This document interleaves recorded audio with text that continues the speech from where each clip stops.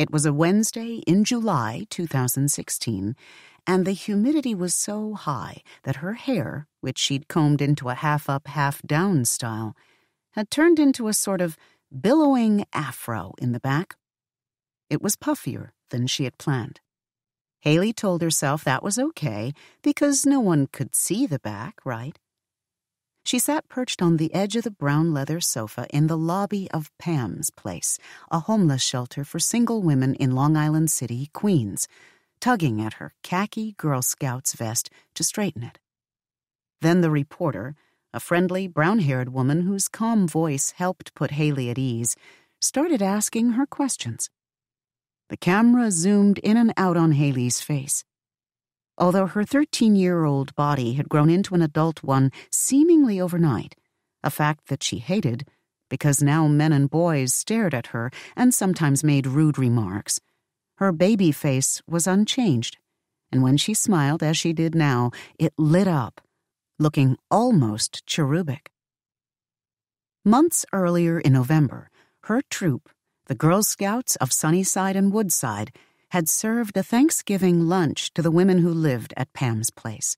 Now Haley, her sisters Karina and Christina, and the rest of their troop, who were always doing community service, volunteering to clean up a park or to bring cheer to children with chronic illnesses, had returned to Pam's Place as part of Operation Cookie, a service project that allowed customers to buy the coveted cookies and donate to people whose spirits needed lifting, like veterans, military personnel, senior citizens, and people experiencing homelessness.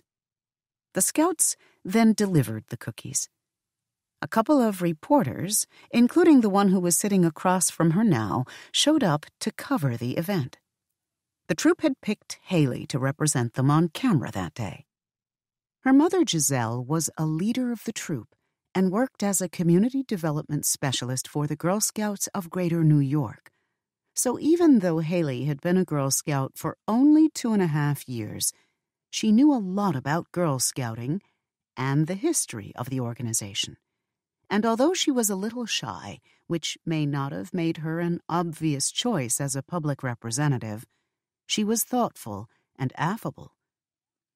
People do so much for us, and the least we can do is do something for them, Haley told the reporter.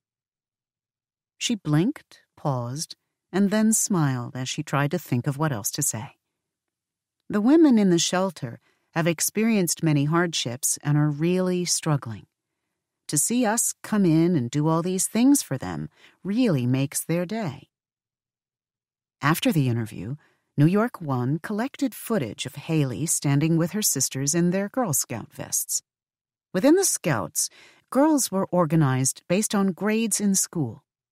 Haley's khaki vest indicated that she was an older Scout. She was going into the 8th grade and was a cadet.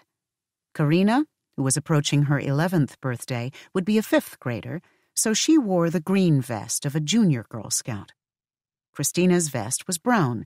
At 7 years old, she would start 2nd grade in the fall, which made her a brownie.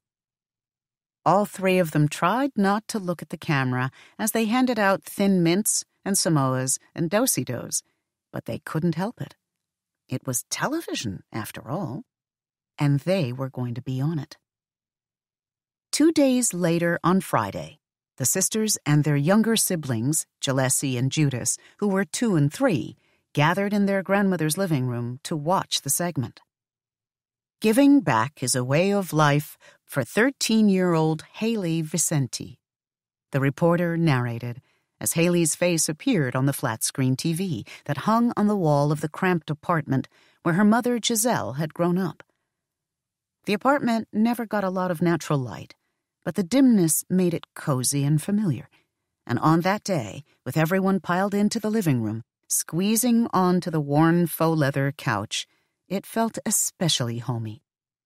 They were all there, Haley's mother, sisters, and brother, along with Evelyn and Manny, Giselle's mother and stepfather, and Mateo and Miranda, Giselle's half-brother and half-sister. And all were proud of Haley for speaking so eloquently about helping people who did not have homes of their own.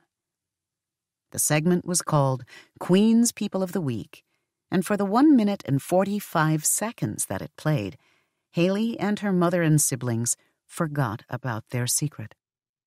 Few people outside the family knew about it, certainly not the girls' classmates, not even the scouts who had helped them give out cookies at Pam's place.